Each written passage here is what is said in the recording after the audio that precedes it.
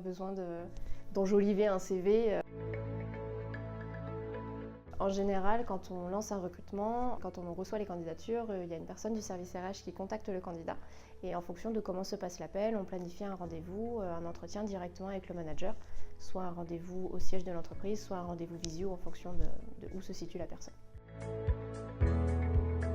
Quand on les appelle, on a déjà fait le point avec le manager qui nous dit de valider certains critères et de voir un peu comment ils se présentent. Déjà à ce moment-là, on voit certains qui ne sont pas cohérents avec ce qui est noté sur le CV ou qui ne savent pas expliquer un projet, une mission sur lesquelles ils ont travaillé.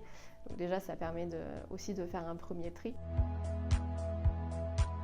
Le conseil que je pourrais donner, c'est ne mentez pas, ça ne sert à rien, on finit toujours par s'en rendre compte. En fonction des postes, des fois, il n'y a pas besoin d'enjoliver un CV.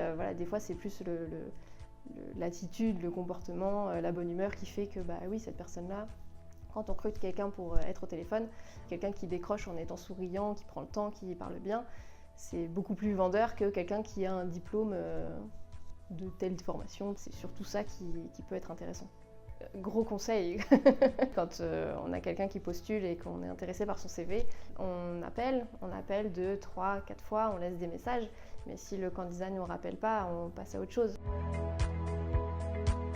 On utilise un logiciel de recrutement qui s'appelle Flatcher, qui est avantageux pour tout le monde. Côté candidat, ce gain de temps nous permet de répondre plus rapidement à tous les candidats et permet également aux candidats de nous contacter plus efficacement, plus rapidement, parce qu'ils ont un espace Flatcher à eux.